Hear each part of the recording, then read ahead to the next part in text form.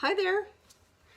This is Jo Zulaika, founder of Women Who Lead with Heart, coming on for like a surprise live.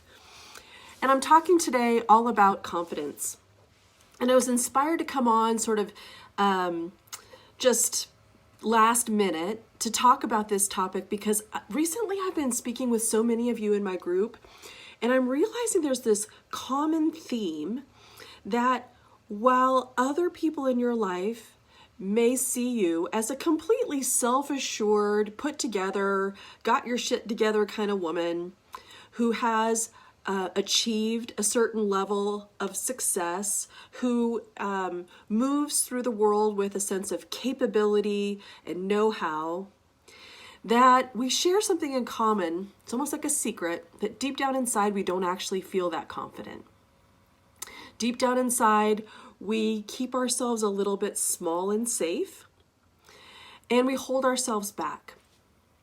And so I wanted to come online to talk about this because I think there's something about self-doubt or a lack of belief that leads to sort of these other things, these kind of cloud bubbles around us that look like overwhelm or overwork or perfectionism or procrastination and not getting after the things that we really need to do, or a lack of clarity and focus, sort of like just feeling vague and busy and multitasking, that I think are all disguised forms of not feeling worthy, of not really internally knowing your worth, of internally really feeling self-assured, that leads to you actually knowing that you are confident and capable in a deep way.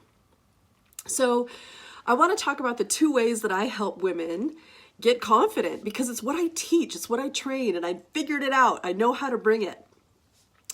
And it took me a while on my own journey of worthiness and self-doubt and sort of those squishy, soft, scary spots that we keep even unconscious to ourselves. And here's the two ways that I know how.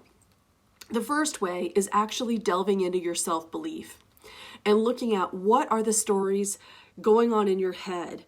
What are you telling yourself about who you are and what you're worth, what you can do, and where are those stories coming from?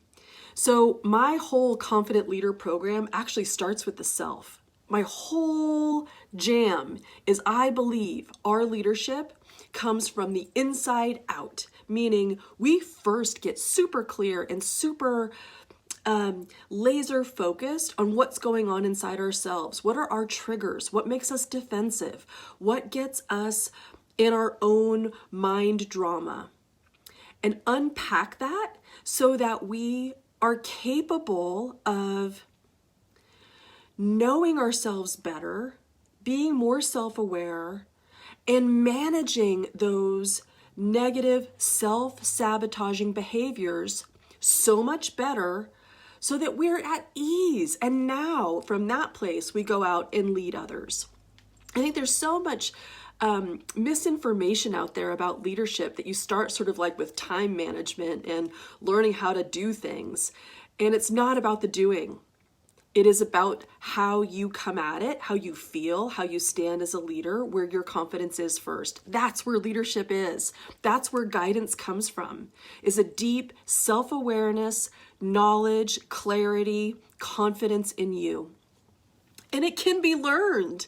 It's not something that you have to wait and see or live a certain number of decades to actually ascertain in your life. In fact, there are sadly way too many people who go their entire lives without knowing this self-assured confidence because they never did this deep work to look inside and resolve some of those disabling, self-sabotaging thoughts and voices that they carry within like a burden. So it's not about experience, it's about working some simple steps to deconstruct what it is going on inside you so that you are free and happy and more easygoing and aligned and on purpose.